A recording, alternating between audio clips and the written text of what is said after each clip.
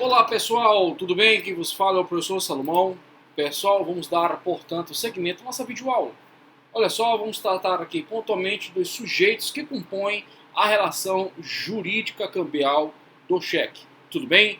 Falamos pontualmente de forma genérica acerca do beneficiário, falamos do sacado, falamos do sacador. Agora, é importante analisarmos pontualmente alguns aspectos que orquestram cada um desses sujeitos, tá bom? Bem, primeiramente vamos só recapitular no que tange especificamente a relação jurídica cambial, tudo bem? Vamos lá. Primeiramente, pessoal, o emitente é quem? É o sacador. Ele, por sua vez, entrega a cartela ao seu beneficiário, que é o tomador, beneficiário, credor da relação. Assim sendo, entre A e C, desenvolve sim uma relação jurídica cambial na qual o sacador é o devedor da relação jurídica, enquanto que o tomador, ele é o credor da relação jurídica.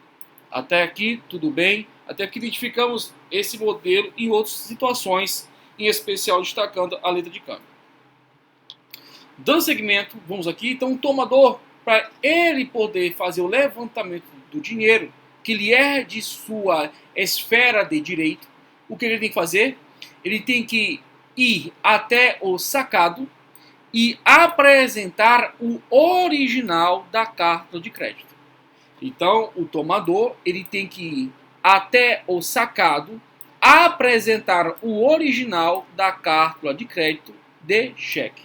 Para isso, nós vimos nas aulas passadas que o documento, a cartela, tem que apresentar todos os requisitos essenciais. Tem que estar lá consignado, tem que estar lá estampado, previsto categoricamente no documento todos os requisitos essenciais do cheque. Não pode ter um requisito fora isso. Mas isso já superamos, já entendemos.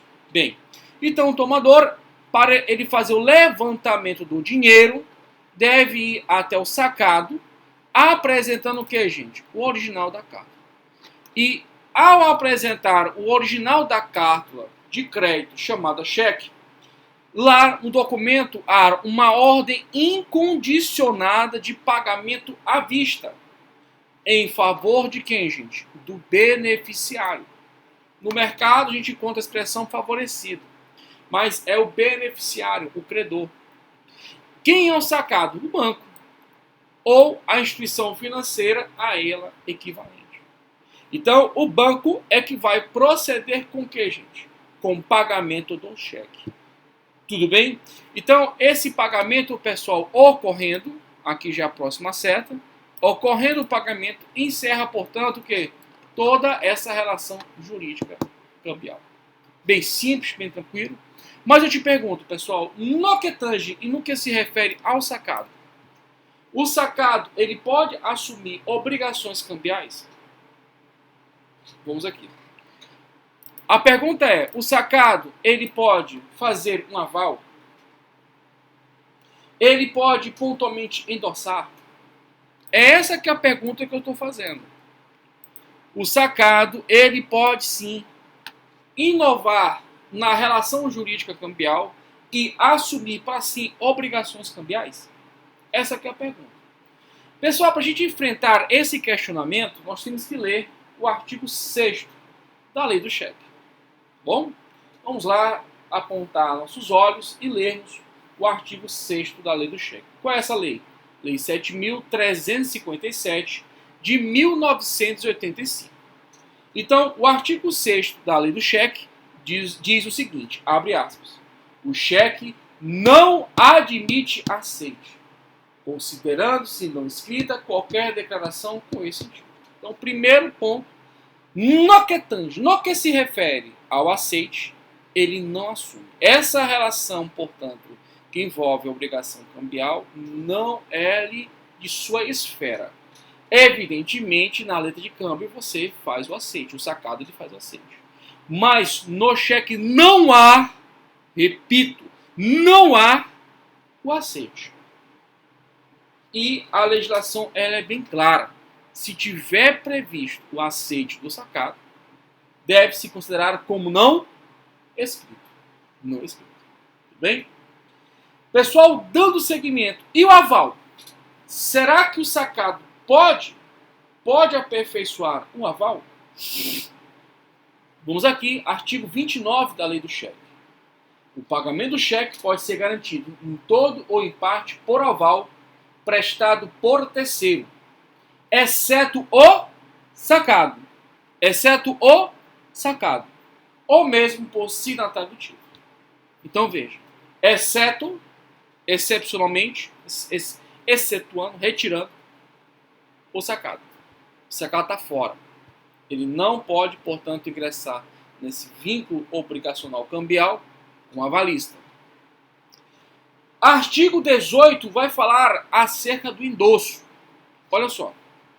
O artigo 18 da Lei do Cheque, Lei 7.357 de 85, traz a seguinte informação.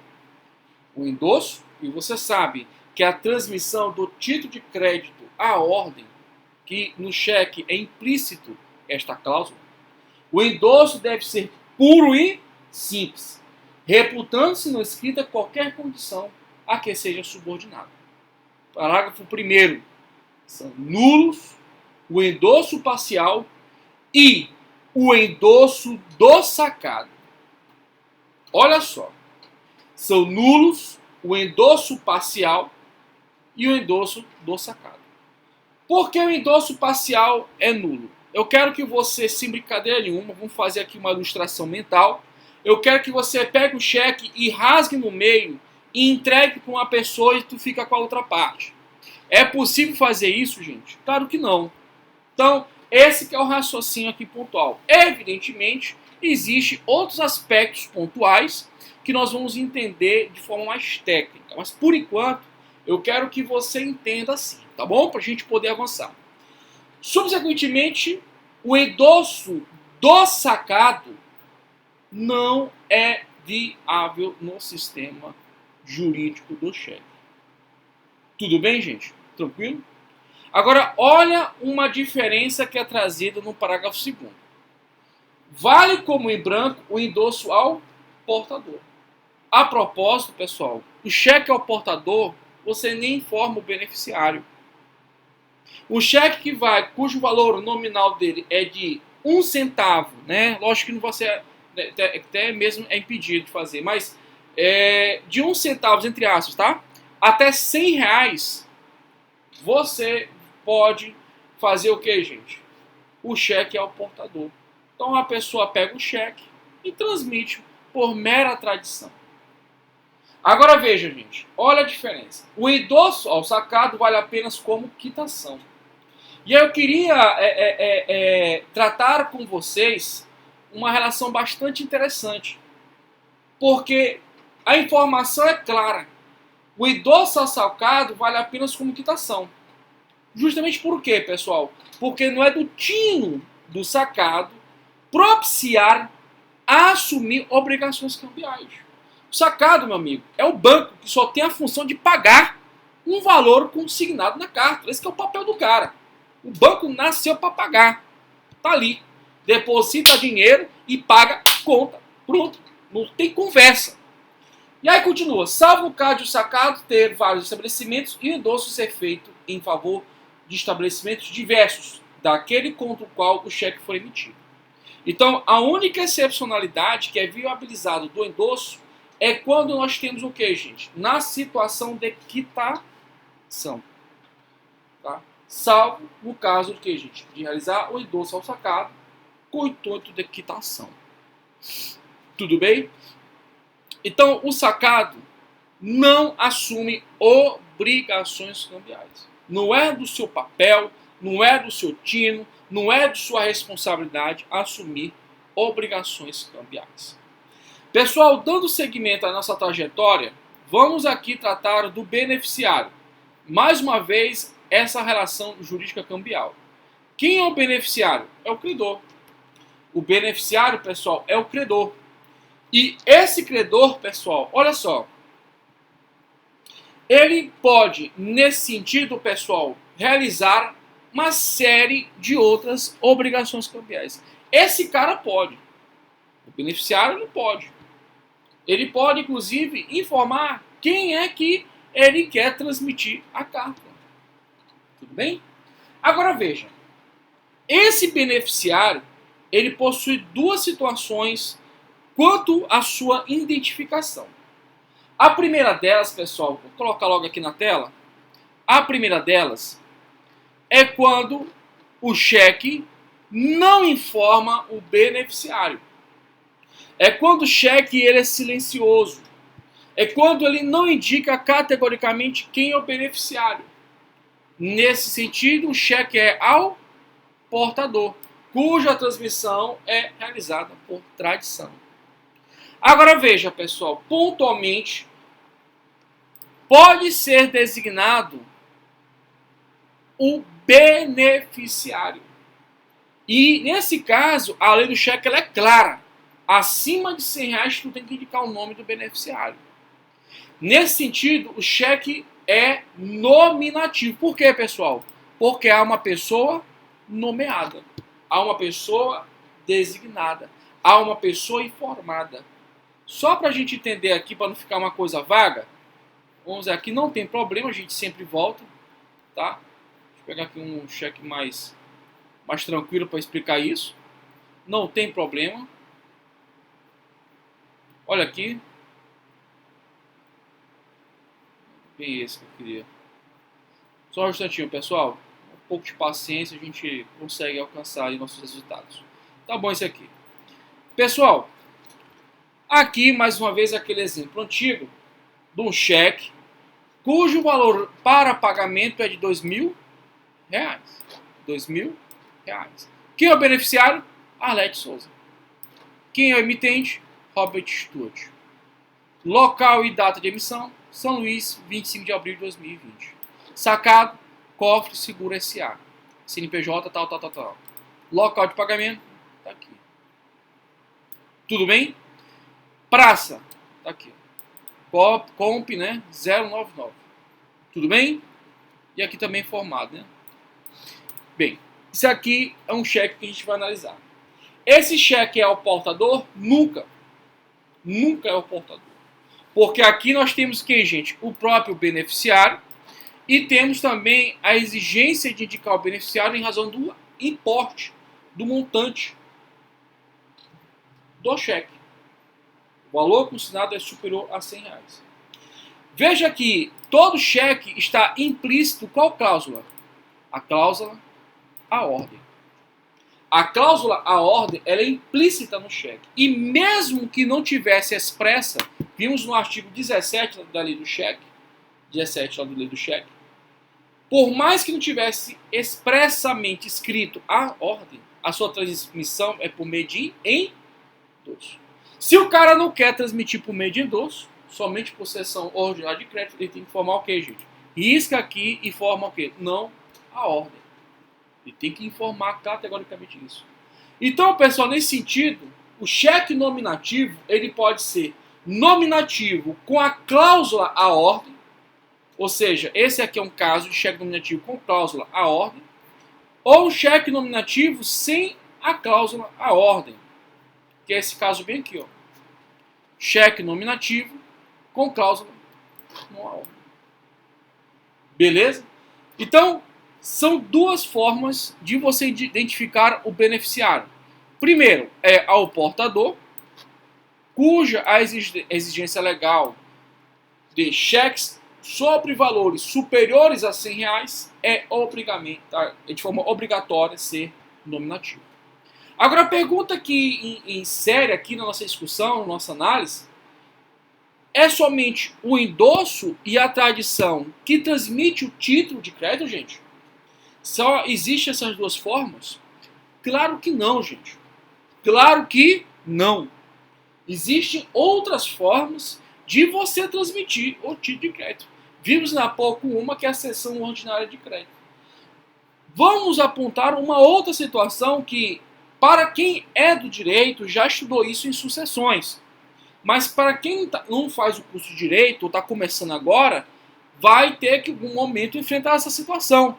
Que é a situação que envolve a sucessão mortis-causa.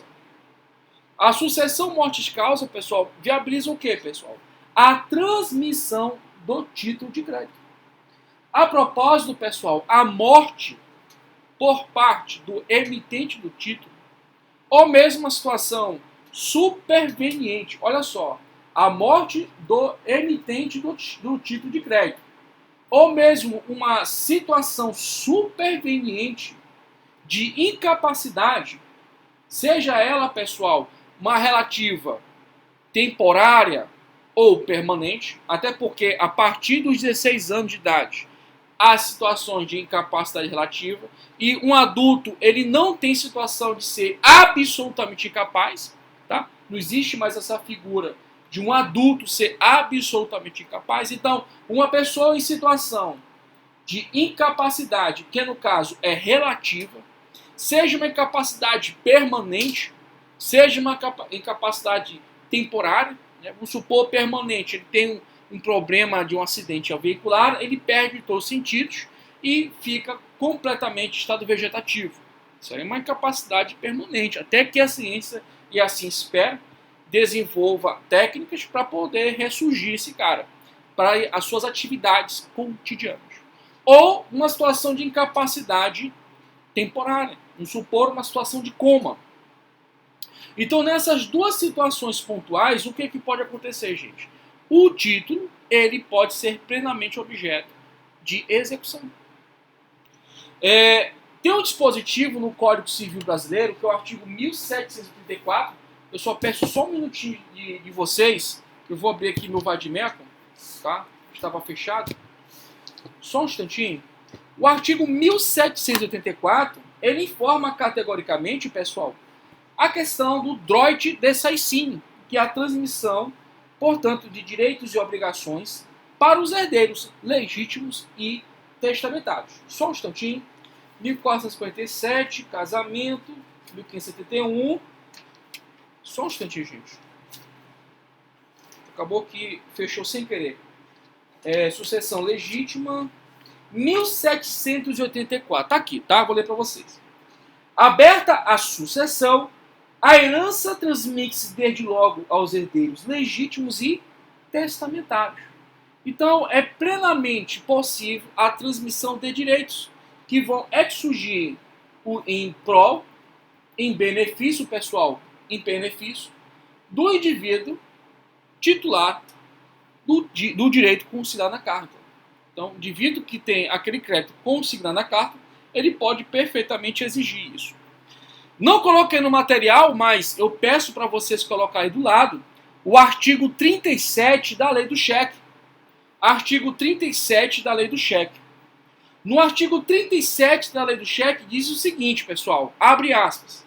A morte do emitente ou sua incapacidade superveniente à emissão não invalida os efeitos do cheque. Então, isso significa dizer que dentro do princípio da autonomia,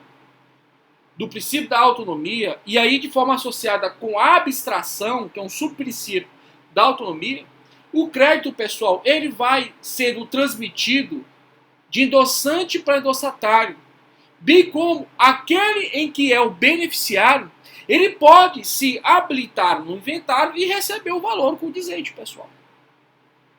Então veja, não há porquê uma morte ou uma situação de incapacidade, mesmo que seja uma incapacidade que gere um fragmento de situação de pleno rompimento do seu exercício das suas faculdades mentais, não vai inviabilizar a própria validade do título de crédito chamado cheque. Mais uma vez, não coloquei aí no material de vocês, mas peço que vocês façam esse adentro. O artigo 37 da Lei do Cheque diz o seguinte: a morte do emitente ou a sua incapacidade superveniente, a emissão não invalida os efeitos do cheque. Para terminar essas informações, há também uma outra forma pontual de transmitir o título, que não é, pessoal, por cessão ordinária de crédito, que não é por tradição, que não é por endosso, que são as operações societárias. E aí envolve a incorporação, a fusão. Nesse sentido, vai desaguar no instituto que nós estudamos pontualmente lá no Código Civil, na parte de teoria geral de empresa, que é o trespasse, ou contrato de trespasse, que vai desenvolver a chamada sucessão empresarial. Ora, se aquele titular daquela empresa ele tinha um crédito para receber de um cheque, de notas promissórias, enfim, de títulos, ele vai, em razão da sucessão empresarial, ter que transmitir esses créditos para quem, gente? Para o novo empresário que irá tomar conta da atividade empresarial ulteriormente, anteriormente, exercida por aquele que outorgou, cedeu a empresa. Então, se há beneficiário da empresa, ele tem, portanto, um cheque em mãos e ocorre a transmissão da empresa, ou seja, a sucessão empresarial. Nesse caso, o pontual que vai desaguar, pessoal, o título vai migrar da sua esfera de direito para a esfera de direito do novo proprietário do empreendimento. Ok? Nesse sentido, eu te remeto a atenção aos artigos 1142, bem como, pessoal, o artigo 90, que trata da universalidade de direito. Todos esses artigos, 1142 e artigo 90, é do Código Civil Brasileiro. Tudo bem? Bem, pessoal, são informações associadas adicionais.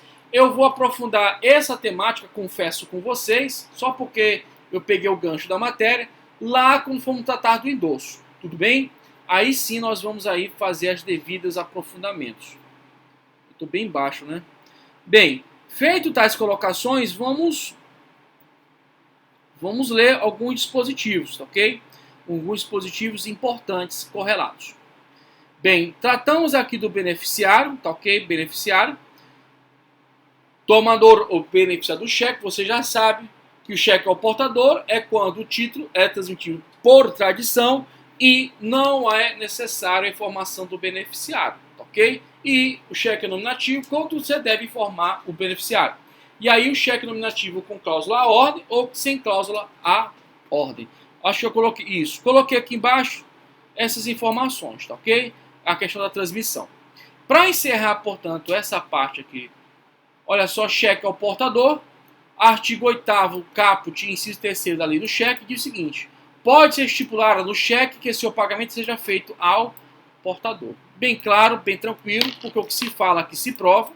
Artigo 69, olha só aquela regra que eu lhe falei, pessoal, só que é de outra lei, tá? Lei 9.069 de 95. Diz o seguinte: a partir de 1º de julho de 94, a partir do 1º de julho de 94, fica vedada a emissão, pagamento e compensação de cheque de valor superior a R$100, sem identificação do beneficiário.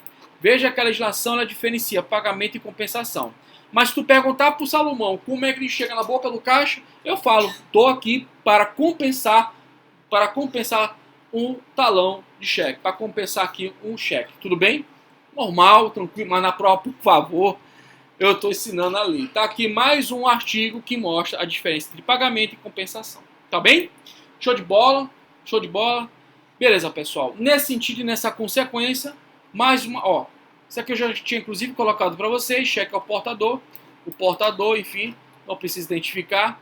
Bem, aqui, disciplinas pontuais. Olha só, pessoal.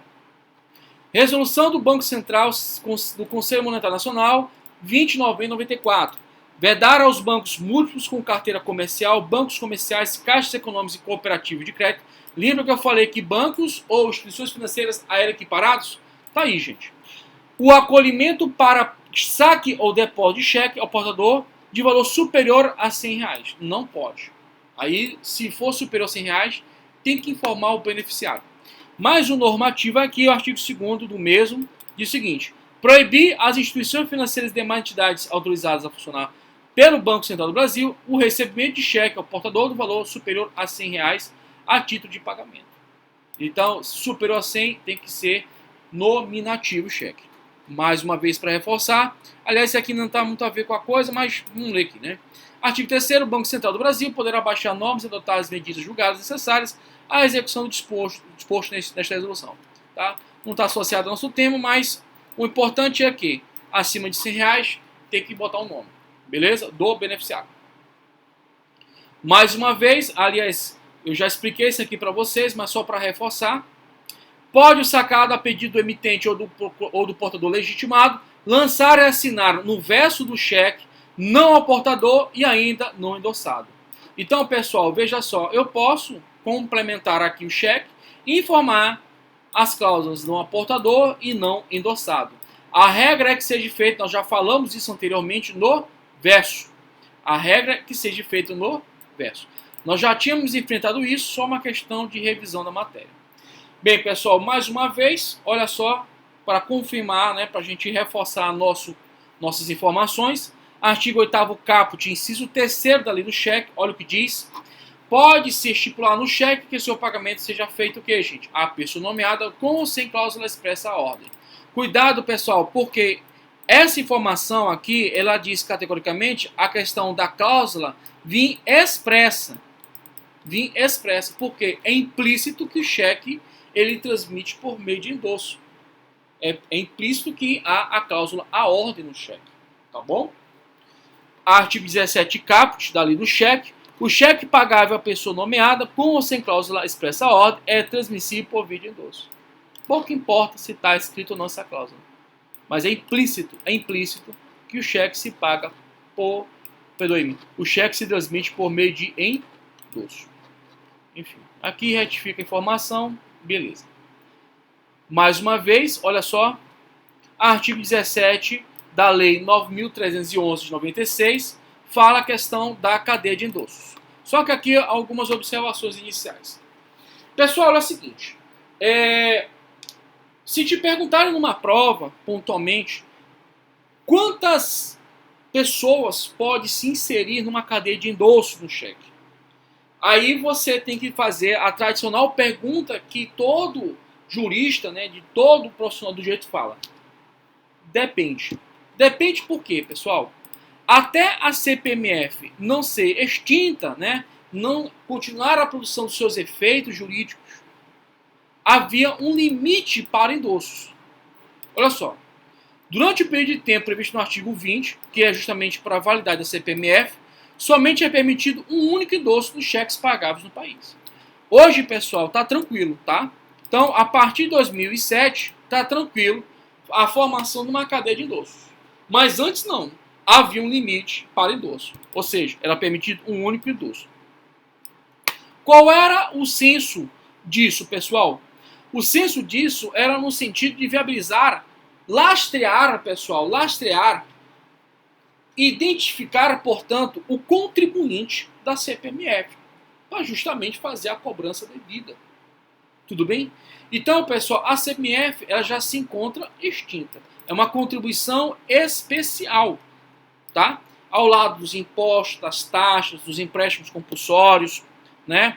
Das contribuições de melhoria, nós temos aí as contribuições especiais. As contribuições especiais são, sim, um tipo de tributo, né? Uma modalidade de tributo. Só que, por sua vez, não mais existe no sistema jurídico. Pelo menos quanto à sua produção de efeitos jurídicos. Até que venha um novo normativo constitucional e, subsequentemente, um normativo legal, a CPMF vai continuar o que, gente? Sendo extinta, sem produzir efeitos jurídicos, ok? Então, atualmente, essa regra aqui, ó, não se aplica, tudo bem? Só uma questão de curiosidade. Aqui já nós trabalhamos em outro momento, o cheque nominativo com cláusula à ordem. Olha, nominativo por quê? Está formando aqui o beneficiário, Arlete Souza. E a ordem, por quê, pessoal? Tem a cláusula aqui, a ordem. Mas você sabe que você pode colocar um dedinho bem aqui, ó. Ou a sua ordem pode até botar um corretivo aí na sua apostila. Porque, por mais que não tenha expressa essa informação a sua ordem, o cheque, ele é sempre implícito a cláusula à ordem. Tudo bem? Reforçando a nossa fala, veja que o que eu estou colocando aqui para vocês é a leitura dos artigos daquilo que eu já falei para vocês. Eu estou mesmo buscando para vocês as informações na sua origem, porque o que se fala se prova. Olha só, o artigo 8º caput do inciso 2 da lei do cheque diz o seguinte, abre aspas, pode estipular no cheque o seguinte, que seu pagamento seja feito à pessoa nomeada com cláusula não à ordem, ou outro equivalente. Então, é o cheque nominativo com cláusula não à ordem. Artigo 17 caput, parágrafo 1º da lei do cheque, diz o seguinte, O cheque pagável à pessoa nomeada, com ou sem cláusula expressa à ordem, é transmissível por via de endosso. Tudo bem, já sabe. Agora o novo. Olha só. O cheque pagável à pessoa nomeada, com a cláusula não à ordem, ou outra equivalente, só é transmissível por via o que, gente? Cessão. Ok? E aí te mostrei aqui, veja que isso aqui eu já expliquei, tá? Como é que eu faço a cláusula não à ordem? Se está escrito, eu risco aqui e informo aqui no verso não à ordem. Ou seja, eu não quero que seja transmitível por meio de endosso. Beleza? Aí, no caso, eu posso fazer por sessão ordinária civil. Ok? Beleza? Bem simples, bem tranquilo. Pessoal, beneficiário do cheque não é consumidor por equiparação. Bem, aqui eu vou gastar um pouco minha garganta, tá ok? Porque eu vou trabalhar com vocês alguns aspectos pontuais. Aqui eu vou realmente gastar um pouco minha garganta com vocês, tá bom? Peço um pouco de atenção, porque a informação ela é importantíssima. Primeiro ponto de análise, pessoal, o que é um consumidor? Aí a pessoa vai dizer, é o cara que vai no McDonald's, paga o cinema, ótimo. Mas será que uma pessoa jurídica poderia ser consumidor? Hein, gente? Bem, eu vou deixar o meu vademecum de lado, para a gente não demorar tanto. Eu vou trazer algumas informações aqui e peço que você, em casa, no trabalho, né, na academia, no carro, não seja, consulte aí o artigo 2º. Vou conversar contigo aqui. Bem, lá no seu vademecum, você vai encontrar o Código de Defesa do Consumidor, que é a Lei 8.078 de 90. Lá no seu vademecum, né, você pode pegar pela internet, pelo site do Planalto, é só você botar CDC e Enter, cara, vai direto, tá? Mas, pontualmente, você vai encontrar as informações condizentes do que é o consumidor. E lá na legislação, vai te informar categoricamente que o consumidor, pessoal, é o destinatário final. O consumidor ele pode ser pessoa física ou jurídica. Ele pode ser o beneficiário de um produto ou de uma prestação de serviço. Agora, um marco essencial disso é ele ser o destinatário final da cadeia produtiva de consumo. Portanto, pessoal, eu posso ter um empresário consumidor e um empresário que não é consumidor. Eu posso ter um empresário que consome, ele compra produtos para a própria consumo interno da empresa, né, detergente, papel higiênico, etc. Como eu posso ter uma empresa que utiliza insumos, matéria-prima, para a fabricação de remédios e subsequentemente venda. E esse cara que compra insumos, esse cara, nitidamente, ele não é consumidor.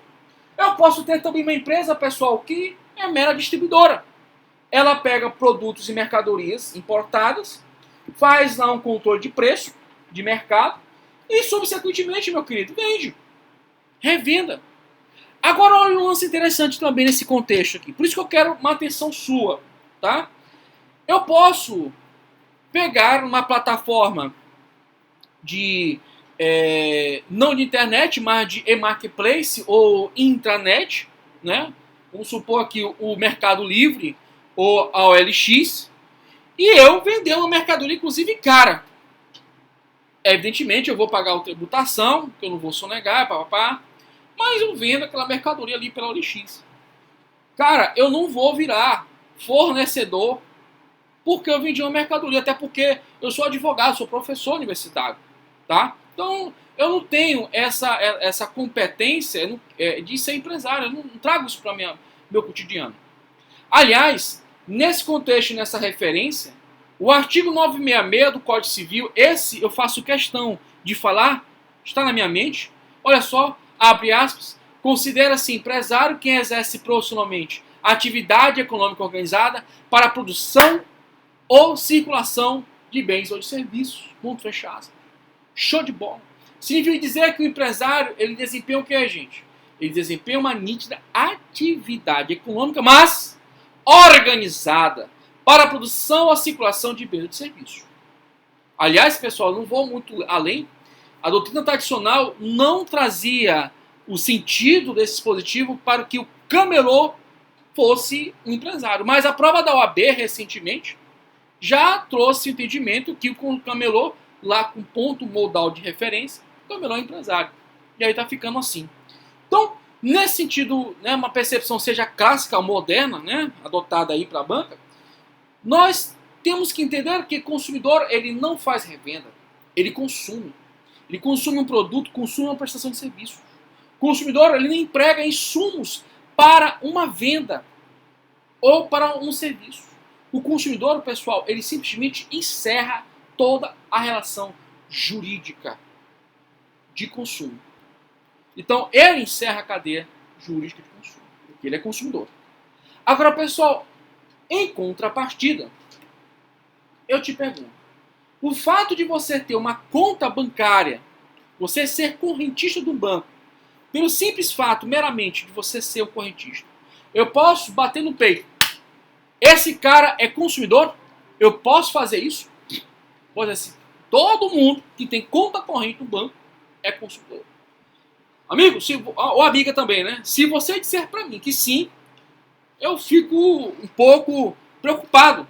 Porque vamos imaginar uma Vale do Rio Doce, uma Gerdau, uma Petrobras. Claro que não, né, gente? Claro que não. Então, tem que haver um critério associativo mais técnico para identificar se essa pessoa, mesmo consumindo, ela vai se qualificar como consumidor.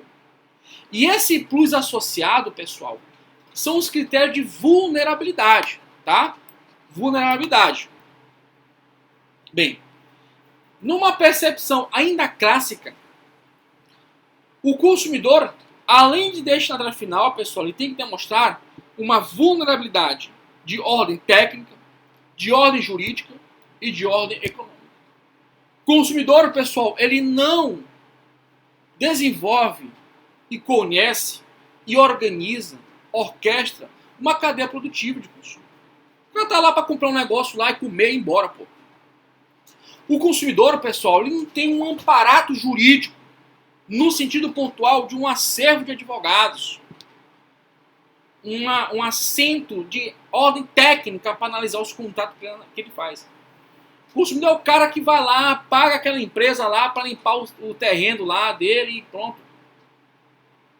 O consumidor, pessoal, ele tem a chamada vulnerabilidade também econômica. E aí eu te reconheço que há alguns questionamentos, inclusive doutrinários. Porque nem todo mundo, pessoal, é pobre. Né? Nós estamos aqui pensando na gente, né? Ou classe média, né? E todo mundo é classe média, nem pobre. Existem ricos.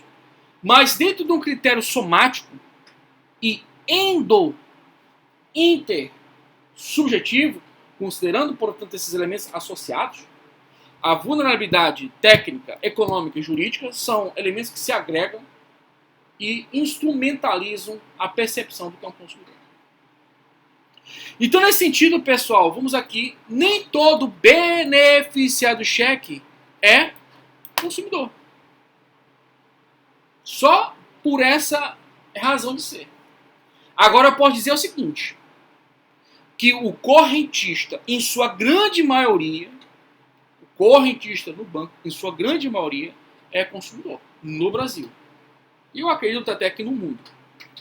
Mas, consumidor, beneficiário, pessoal, não é. Não é. Ele pode ser em relação a um negócio jurídico causal. Por exemplo, você vai comprar um produto na empresa lá, móveis, e aí, evidentemente, você se apresenta como consumidor. Efetivamente, nesse contexto, nessa consequência, você compra a mercadoria. E ali, você vai fazer o quê, pessoal? Você adquire o bem como consumidor. Ali, você vai informar quem é o beneficiário? A empresa que te forneceu a mercadoria. Então não significa dizer, pessoal, que dentro desse contexto, dessa consequência, o beneficiário, em razão do fato de ele estar com o cheque na mão para fazer o recebimento do valor, receber, portanto, o pagamento, ou através de uma compensação, ele vai se tornar, por via reflexa, um consumidor. E é esse raciocínio que foi trabalhado, pessoal, nessa jurisprudência aqui, que vocês podem ver, bastante recente. Vou ler com vocês de forma gradativa, porque ela é fundamental. Olha só. A ação indenizatória promovida por beneficiários de cheques emitidos por empresa de factoring, com o propósito de ver responsabilizado civilmente apenas o banco sacado por prejuízos materiais alegadamente suportados em virtude da devolução dos referidos títulos por ausência de provisão de fundos. Acordo recorrido que atribuindo aos beneficiários dos cheques devolvidos a condição de consumidores por equiparação. Isso foi lá no tribunal lá embaixo. O STJ ele mudou esse entendimento. Vamos lá. Reconheceu a procedência do pedido inicial, desordial, né? Sob o fundamento de que o banco sacado não teria agido com suficiente cautela ao fornecer quantidade excessiva de talonários para sua correntista. O banco sacado não responde por prejuízo de ordem material eventualmente causados por terceiros beneficiários de cheques emitidos por seus correntistas e devolvidos por falta de provisão de fundos. Eu gostaria que você marcasse aí no seu caderno essa informação. O banco sacado não responde por prejuízos de ordem material eventualmente causados a terceiros beneficiários de cheques emitidos por seus correntistas e devolvidos por falta de provisão de fundos.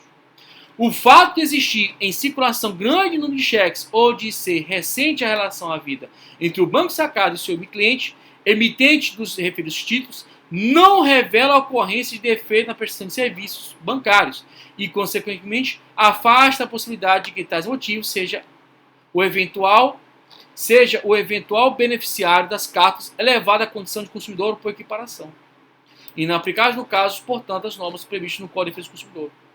Ou seja, o STJ fez o quê, pessoal? Ele afastou perante o beneficiário a condição de quê, gente? De consumidor da relação jurídica obrigacional. Tudo bem? Então, quem é que é, pessoal, consumidor? É o correntista. O correntista que é o consumidor da relação jurídica. E aqui nós vamos finalizar esse bloco com a seguinte orientação. Sacador perante o sacado, eles são o quê, gente? Se ele for consumidor do Código Civil, aqui desenvolve uma nítida relação o quê, gente? Entre A e B. Desenvolve uma nítida relação de consumo, o sacador na condição de consumidor e o sacado na condição de fornecedor, prestador de serviço. Subsequentemente, pessoal, entre o sacador e o tomador, não se desenvolve, ao menos em regra, a relação jurídica de consumo. Agora, pessoal, entre o sacado e o tomador, o STJ afastou, portanto, a incidência de ser consumidor ou beneficiário, mesmo que haja uma cadeia de endosso. Tudo bem, pessoal? Isso é factual, isso deve estar bem claro para vocês. Pessoal, muito obrigado. Tá? Tô chegando aqui já a bastante conteúdo, tá? Como eu havia prometido para os meus alunos, para não ficar tão cheio, tão longa a aula, em torno de 30, né, minutos, passar um pouquinho, peço desculpas, mas mais do que isso não. Até mesmo em videoaula que eu já gravo, já há 8 anos, pedem para não ficar tão longa a aula, tá? Então, eu agradeço imensamente, espero verdadeiramente, de forma franca, ter te ajudado aí no teu conhecimento, no teu amadurecimento científico, no teu amadurecimento acadêmico, ou mesmo te auxiliar para o exame de ordem, para uma prova de concurso. Fico feliz pela oportunidade.